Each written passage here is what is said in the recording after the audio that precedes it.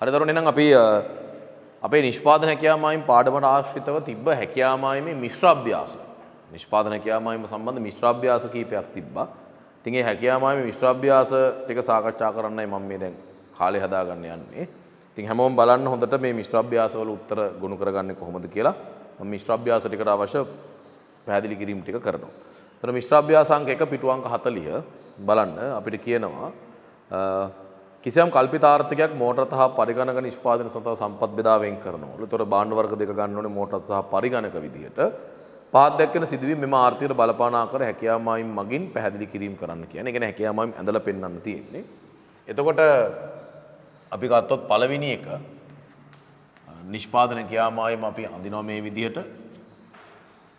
එතකොට භාණ්ඩ වර්ග දෙක නම් කරන්න වෙන අපිට එකක් මෝටර රථ. එතකොට සිරස් අක්ෂයට ගමු ඒක. මෝටර රථ. තිරස් අක්ෂයට ගමු පරිගණක.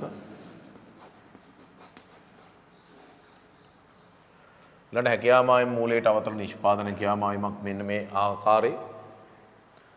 පළවෙනි එකේදී කියන්නේ අපිට බලන්න පළවෙනි සිද්ධිය ආර්ථිකයේ කාර්යක්ෂම පූර්ණ සේවා නියුක්ත තත්වයක පවතින විට ආර්ථිකයේ කාර්යක්ෂම පූර්ණ සේවා නියුක්ත තත්වයක පවතින කෙන හැකියාමායිම් මත මෙන්න මේ වගේ ලක්ෂයක ඉන්න ඕනේ. ඇයි ඒ ඔක්කොම තීරු කොටස් අපි කතා කරලා තියෙන්නේ. දැන් මෙතන අභ්‍යාසයත් පැහැදිලි කිරීම විතරයි කරන්නේ. පවතින විට මෝටර සහ පරිගණක සඳහා ඉල්ලුම 50කින් පහත වැඩිම සේවා වියුක්තියක් ඇති. වෙන ලක්ෂයෙන් ඕන හැකියාමායිම ඇතුළතට මෙන්න මේම. ඒකට හේතුවාට තේරෙනවා මොකද ඉල්ලුම අඩුවීමත් එක්ක සේවා නියුක්තිය අඩු කරනවා නිෂ්පාදකයා. ඒ ඉල්ලුම අඩුවීමත් එක්ක සේවා නියුක්තිය අඩුවීම හින්දා නිෂ්පාදනය පහළ යන්න පටන් ගන්නවා. ඒක තමයි හේතුව වෙලා තියෙන්නේ. කොහොමයි එන්න ඕනේ. දෙවෙනි එක බලන්න ඒකේ ඔන්නෝමයි ප්‍රස්ථාරය අඳින්න ඕනේ. ඒතකොට දෙවෙනි එක පැහැදිලි කරද්දිත් අපි නැවත ප්‍රස්ථාරයක් අඳ ගන්නවා. සිරස් අක්ෂයට මෝටර රථත් තිරස් අක්ෂයට පරිගණකක් දක්වලා මූලයට අවතල නිෂ්පාදන හැකියාමායිමක් අපිට කියනවා දැනට ආර්ථිකයේ අකාර්යක්ෂම නිෂ්පාදන මට්ටමක පවතී. ඒතකොට දැනට ඉන්නේ හැකියාමායිම ඇතුළත ලක්ෂයක වෙන්න ඕනේ. මොකද අකාර්යක්ෂම නිෂ්පාදන මට්ටමක පවතී කියලානේ කියන්නේ දැනට. ඒතකොට හැකියාමායිම ඇතුළත නිෂ්පාදන ලක්ෂයක තමයි දැනට ඉන්නේ. මෙන්න මේ වගේ ලක්ෂයක.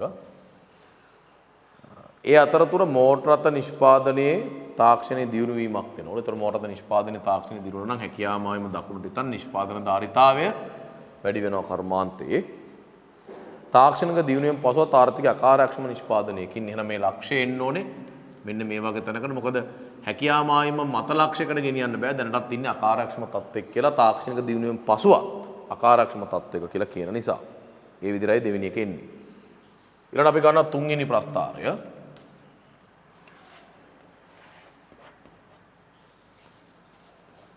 සිරස් අක්ෂයට කලින් වගේම මෝටර රථ මේ පැත්තට පරිගණක හැකියාමායිම මූලයට අවතල ලෙස අඳිනවා. අපිට කියනවා ආර්ථිකයේ සේවා වියුක්ත තත්ත්වයක පවතිනකොට සේවා වියුක්ත තත්ත්වයක පවතින දරෝනේ ඉන්නේ හැකියාමායිම ඇතුළත ලක්ෂයක මෙන්න මේ වගේ හැකියාමායිම ඇතුළත ලක්ෂයක ඉන්නේ ආර්ථිකයේ සේවා වියුක්ත තත්ත්වයක පවතී. ඒ අතරතුර ආර්ථික පසුබැසීමේ තත්ත්වයකට සේවා වියුක්ත තත්ත්වයක ඉද්දී ආර්ථික පසුබැසීමක් ඇති වෙනවා. එතකොට දැනට හැකියාමායිම ඇතුළත ලක්ෂයක හිටියේ තවත් හැකියාමායිම ඇතුළත ලක්ෂයක් දක්වා ඔන්නෝම නිෂ්පාදනය වෙනස් වෙන්න පටන් ගන්නවා. ඕක තමයි වෙන දේ. තේරුණාද? නෝම තමයි වෙන්නේ ඕකේ. තවත් හැකියාමායිම ඇතුළත ලක්ෂයක් දක්වා නිෂ්පාදනය ඇතුළට එන්න පටන් ගන්නවා. බලන්න හතරවෙනි එක. නැවතත් අපි හැම එකකටම හැකියාමායිම් ප්‍රාගභාවිතදී වෙන වෙනම ප්‍රස්ථාර අඳින්න වෙනවා අපිට අනිවාර්යෙන්. එතකොට මේකේ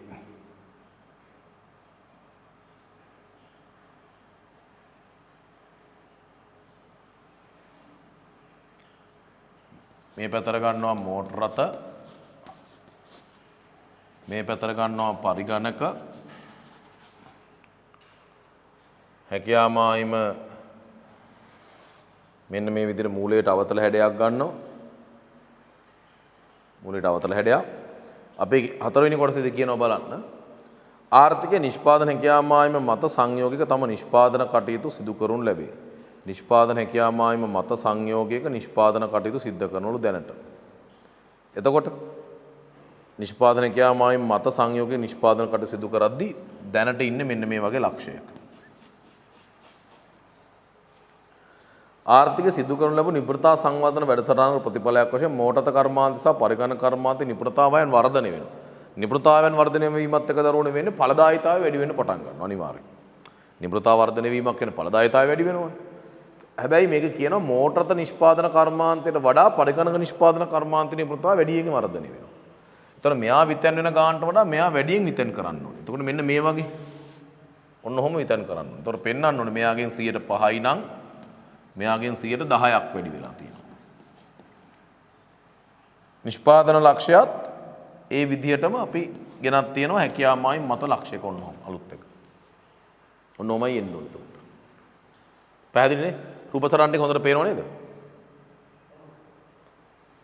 එතකොට මේ විදිහට එන්න ඕනේ. පළවෙනි ප්‍රස්තාර 4 දරුවනේ. අවසාන එක බලන්න පස්වෙනි එක. මම පස්වෙනි එක අඳලා පෙන්නන්නම්. මෙතනින් පස්වෙනි කොටස.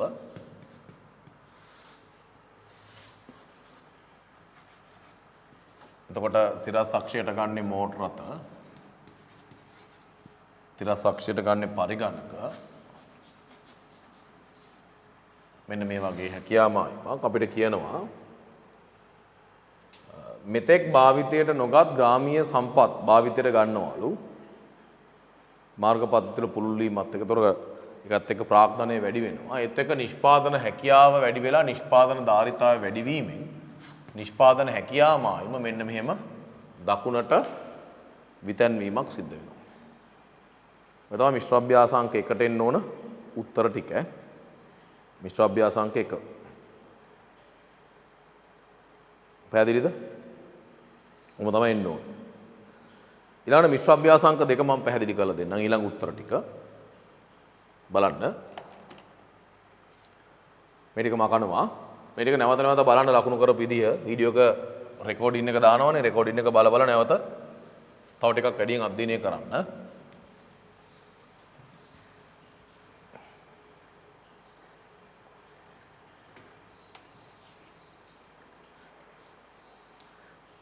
ඊළඟට මිශ්‍ර අභ්‍යාසාංක 2ේදී කියනවා ගුවන් යානා සහ නැව් නිෂ්පාදන කරන ආර්ථිකයක් වැඩෙන අවස්ථික පිරිවැයකට මුහුණ දෙනවා හැකියාමායිමට එක එක සිදුවීම් බලපාන ආකාරය පැහැදිලි කරන්න කියන. ඒතකොට පළවෙනි එක ගත්තොත් ඒකෙත්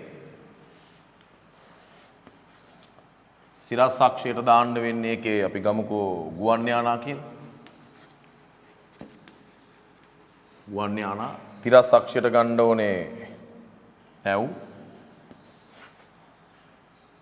හැකියාමායිම මූලයට අවතල වඳිනවා.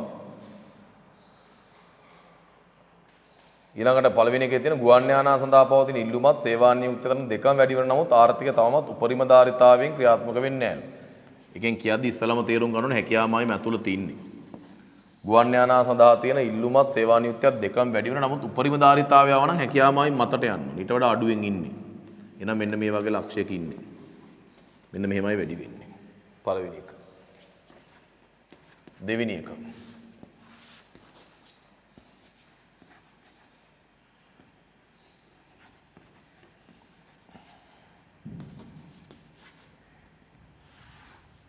දෙවෙනි එකේදී කියනවා නාවික ප්‍රවාහනය සඳහා මිනිසුන් තුළ ඇති කැමැත්ත අඩු වී ගුවන් ප්‍රවාහනය සඳහා ඇති කැමැත්ත වැඩි වෙනවා.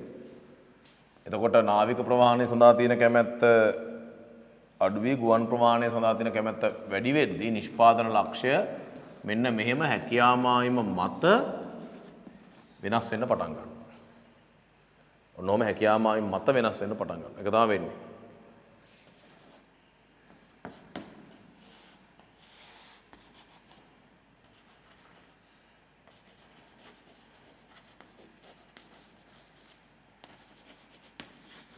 ඊළඟට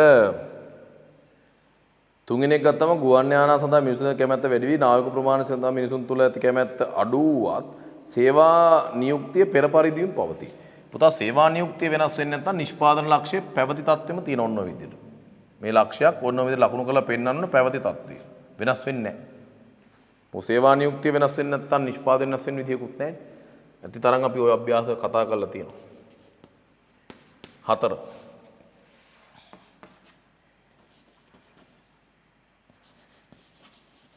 ගුවන් යානා මේ පතර නැව් මූලයට අවතල හැකියා මායිමක් බලන්න ඒකේ කියන එක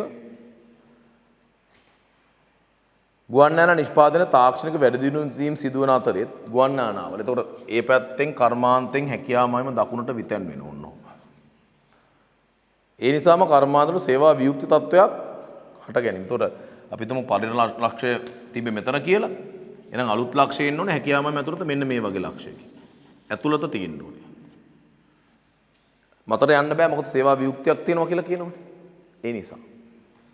රයිට්. අවසාන එක පස්වෙනි එක.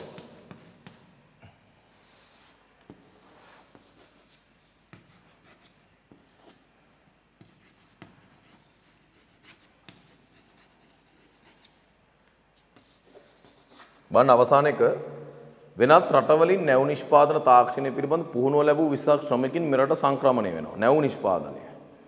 මේ ගුවන් යාන කර්මාන්තයේ නිෂ්පාදන වෙනසක් ඇති නොවේ.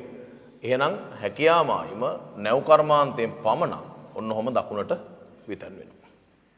ඔක තමයි වෙන දේ. ඒතර අභ්‍යාසංක මිශ්‍ර අභ්‍යාසංක දෙකක් ඉවරයි. නැවත වීඩියෝ එක රිපීට් බලන්න. මොකද ඒක ටිකක් සංකීර්ණ ඉඳ අභ්‍යාස ටික. රයිට් මිශ්‍ර අභ්‍යාසංක 3 අවසාන එක. මිශ්‍ර අභ්‍යාසංක 4 මම කතා කරන්න ඒකවා තනියෙන් හදන්න තියෙන එකක්. මිශ්‍ර අභ්‍යාසංක 3ට මම උත්තර ටිකක් කියන්නම්. සිදුවීම් ලියන්න තියෙන්නේ ප්‍රස්තාරයක් දීලා තියෙනවා සිදුවීම් ලියන්න තියෙන. එතකොට ඒ ලක්ෂ්‍ය බලන්න. ඔය ඒ ලක්ෂ්‍යයට ගැලපෙන සිදුවීම් මොනවද? කාර්මික කර්මාන්තයේ දැන් මම ඔයාලට මේකට chart එකක් අඳලා දීලා තියෙනවා. ඔයාලට පාඩමේදී මතක ඇති මම chart එකක් අඳලා තියෙනවා හැකියාව මම ප්‍රායෝගික භාවිතය සරල කරලා. ලක්ෂ්‍ය විතන් වෙනව මොනවද? වක්‍ර විතන් වෙනව මොනවද? ඒ ඔක්කොම කරලා තියෙනවා. එතකොට මේ ඒකට A කියන ලක්ෂ්‍යයට ගැලපෙන්නේ A කියන ඊතලයේ වෙනස් වීමට ගැලපෙන්නේ අපිට කියන්න පුළුවන් කාර්මික භාණ්ඩ ශාස්ත්‍රයේ සේවා නියුක්ති ඉහළ යාම. කාර්මික භාණ්ඩ ශාස්ත්‍රයේ කාර්යක්ෂමතාව ඉහළ යාම. එහෙම කියන්න පුළුවන්. නැත්නම් කාර්මික භාණ්ඩ ශාස්ත්‍රයේ සේවා වියුක්තිය පහළ යාම. කාර්මික භාණ්ඩ ශාස්ත්‍රයේ අකාර්යක්ෂමතාවය පහළ යාම. ඒ වගේම කියන්න පුළුවන්. B ට කියන්න පුළුවන් ධාරිතාව වැඩි වීම හැකියාවයින් විතැන්. කර්මාන්තවල පොදුවේ කියන්න පුළුවන් කර්මාන්ත දෙකෙන්ම නිසා. කර්මාන්තවල සම්පත් සම්භාරය ඉහළ යාම. එහෙම කියන්න පුළුවන්. නැත්නම් කියන්න පුළුවන් කර්මාන්තවල සම්පත්වල ඵලදායීතාවය ඉහළ යාම. එහෙම කියන්නත් පුළුවන්. ඒ ඕනම එකක් ගැලපෙනවා. ඊට හැර අර ඔකට බලපාන වෙනත් සාධක උදාහරණයකට ශ්‍රම බල කාය වර්ධනයක් කර්මාන්තවල තාක්ෂණ දියුණු වීමක් අර සම්පත් සම්භාරයට ඵලදායීතාවයට බලපාන සාධක කරන් කියලා තිබ්බත් වැරද්දක් නැහැ. C කුෂිකාර්මිකාංශයේ සම්පත් සම්භාරය ඉහළ යාමක් නැත්නම් කුෂිකාර්මිකාංශයේ සම්පත්වල ඵලදායීතාවය ඉහළ යාම. අන්න ඒවා ගැලපෙනවා. ඒ ඇතුලේ තියෙන ඕනම එකක් ගැලපෙනවා. C D කුෂිකාර්මිකාංශයේ සම්පත් සම්භාරයේ පහළ යාමක් කෘෂිකාර්මිකාංශයේ සම්පත්වල ඵලදායීතාවය පහළ යාමක්. ඒවා ගැලපෙනවා. ඒ ඕන එකක් ගැලපෙනවා. E තලයේ ගත්තොත් කර්මාන්ත දෙකේම කර්මාන්තවල කියලා දාන්න පුළුවන් හින්දා කර්මාන්තවල සේවා නියුක්ති ඉහළ යාමක් ගැලපෙනවා. කර්මාන්තවල සේවා වියුක්තිය පහළ යාමක් ඒකත් ගැලපෙනවා. කර්මාන්තවල කාර්යක්ෂමතාව ඉහළ යාමක් ඒක ගැලපෙනවා. කර්මාන්තවල අකාර්යක්ෂමතාව ඉහළ යාමක් ගැලපෙනවා. ඉතින් ওই සිද්ධි ටික ඕන එකක් ඔකට ලියන්න පුළුවන්. රයිට්? ඒතර මිශ්‍ර අභ්‍යාසංක 4 සාකච්ඡා කරන්න අවශ්‍ය අභ්‍යාසයක් නෙමෙයි. ඒක අර ඔක්කොගේම එකතුවක් විතර දීලා තිනවා. බලන්න එක කරලා මොන හරි මිශ්‍ර අභ්‍යාසංක 4 තියෙන ප්‍රශ්න පන්තියේදී ෆිසිකල් පන්තියේදී ඇවිල්ලා මයින් අහන්න. අනිවාර්යෙන්. ෆිසිකල් පන්තියට ඇවිල්ලා අහලා ඒ සම්බන්ධයෙන් පොඩ්ඩක් සාකච්ඡා කරන්න. රයිට්. එහෙනම් මේ අභ්‍යාස ටිකේ උත්තර බලලා ওই විදිහට පරීක්ෂා කරගන්න. අපි ඊළඟ වීඩියෝස් ටික දානවා. පන්තිය කතා කරපු රීකැප් පේපර් එක 2 3 සම්බන්ධයෙන් මාකින් සාකච්ඡා කරලා දාන්න. රයිට්. එහෙනම් හැමෝටම මේ වැඩ ටික හොඳින් පාඩම් කරගන්න. මොකද අපේ ඉස්සරහට ටර්ම් ටෙස්ට් එකට මේවා මෙහෙම වැදගත් වෙනවා. රයිට්. එහෙනම් දරුවනේ හරි.